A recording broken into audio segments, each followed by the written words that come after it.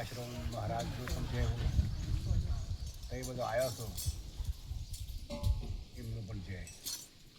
હમણાં એક વાત મેં કરી કે ભાઈ કૃષ્ણ ક્યાંને કહેવું અને વિરાટ સ્વરૂપ ક્યાંને કહેવું. તો મીરાબાઈ કહ્યું છે 1498માં એમનો જન્મ આજુબાજુ થયો હતો. એના રોહિદાસ સંત હતા એના ગુરુ મહારાજ. મીરાબાઈ કહ્યું કે આત્માનું ઓળખ્યા વિનારી લક્ષ 84 નહીં મટો અને કે ભ્રમણાને ભાગ્યા વિનારી આ ભ્રમણા ફેરા નહીં મટો. જ્યારે સદગુરુનો તમારા સત્સંગ એક જ વખત થાય તો જે સદાય થાય એ સમાગમ કહેવાય. સત્સંગ સતનો સંગ એક વખત થઈ ગયો. સત એ તમારું સ્વરૂપ છે અને એનો તમારો નિજ સ્વરૂપની ઓળખ કરાવવા અને એનો સંગ થઈ જાય પછી બીજા કોઈનો સંગ કરવાનો આવતો નથી. તો જે આ વાણીમાં આવીને વળખી વાણીમાં આવે વણશીલ આવે નિર્વાણી પદ હાસુ નામ રૂપનું બોલથી નારું જાહેર પદનું આવું. આ જે વાણીમાં આવીને જે વળશીલ્યો છે એ જ કૃષ્ણ છે. અને આ બધું જે છે એ મારા પરમાત્માનું વિરાટ સ્વરૂપ છે. આત્માનું ઓળખ્યા આત્મા કોઈ એમ કે નાભી કમળમાં હશે, કે કોઈ કે રુધિયા કમળમાં હશે, કોઈ કે બ્રહ્મરદ્રમાં હશે. આત્મા એવું એક પદ છે, એ અવિનાશી પદ છે કે એક જગ્યાએ હોય ને એક જગ્યાએ ના હોય એવું બને નહીં. એ વ્યાપક છે, સર્વ છે. એટલે આ ભવનો ફેરો જો મટાડવો હોય તો એક સદગુરુના શરણે જવું પડે અને સદગુરુના શરણે જઈ અને તમારું સરનામું છે કે એ પાક્કું જોઈશે.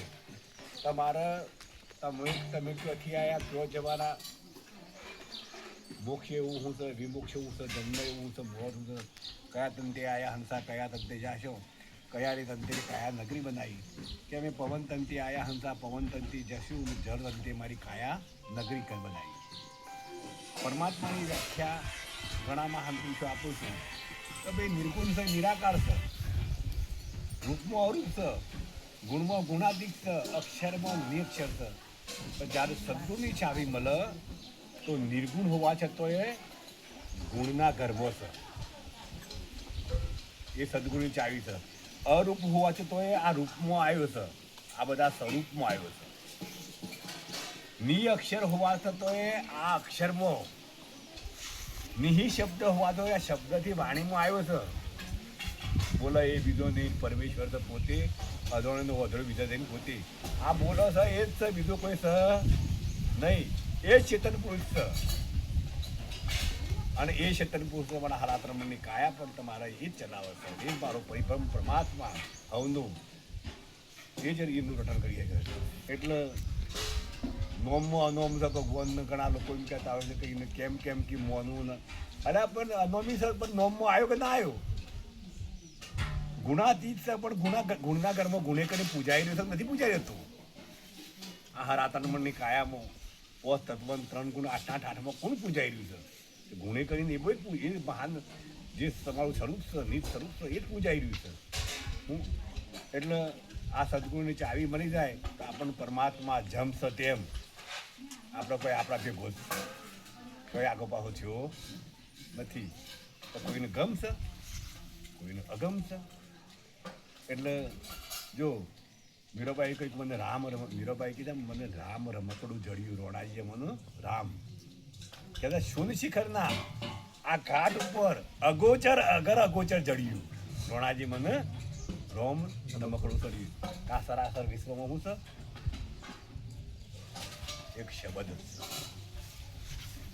એ શબ્દ સમજાય અને તમારું સદગુરુ એ શબ્દની વાત કરે તો તમારું જે કોઈ વચન હાલે ત્યારે સદગુરુ હાલે તો એ શબ્દ તે વચનમાં ફેરવાય છે. અને વચન તમને હાલે કે ભાઈ તમે આજે પ્રકાશગીરી મહારાજને ઘેર ભજનમાં આવજો અને તમે તરત બીડું ફાવીને તમે આવ્યો એક સતમાં સત ભર્યું.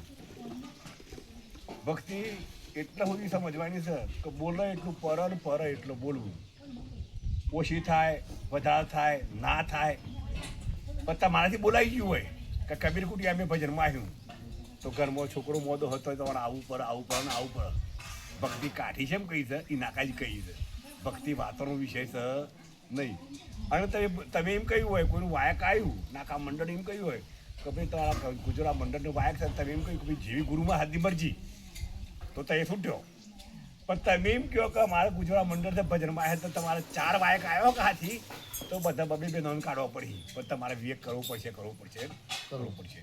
શક હું જેને બોલ્યા છે હરિચંદ્ર બોલ્યા જેટલા મહાન પુરુષો બોલ્યા કે બોલ્યા એટલે પડ્યા કે એની ભક્તિ પાકી.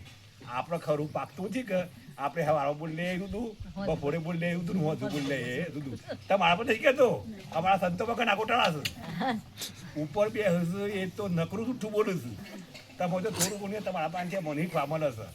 હું હાચી વાત કરું છું. ઉપર તો પેલા એ વાત કરી હોય કે એમથી પેલો ઓછી